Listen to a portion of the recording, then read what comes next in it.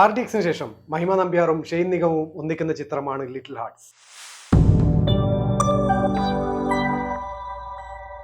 സിബി, ശോശ എന്നീ കഥാപാത്രങ്ങളായാണ് മഹിമയും ഷെയ്നും ഈ സിനിമയിൽ എത്തുന്നത്. 3 പേരുടെ പ്രണയം പറയുന്ന ഈ സിനിമ തുടർന്ന് അവരുടെ ജീവിതത്തിലേക്ക് കടന്നു വരുന്ന കുറച്ച് ആളുകളും പിന്നീട് നടക്കുന്ന കുറച്ച് രസകരമായിട്ടുള്ള സംഭവമായിട്ടാണ് ഈ സിനിമ മുന്നോട്ട് പോകുന്നത്. ബാബുരാജിന്റെയും ഷെയ്ൻ നിഗത്തിന്റെയും രസകരമായിട്ടുള്ള ഡയലോഗിലൂടെ ഈ സിനിമയുടെ ട്രെയിലർ കടന്നു പോകുമ്പോൾ ഇതൊരു നർമ്മരസ പ്രാധാന്യത്തോടെ ഒരുക്കിയിട്ടുള്ള ലവ് സ്റ്റോറി എന്ന സൂചനയാണ് നമ്മൾക്ക് നൽകുന്നത്.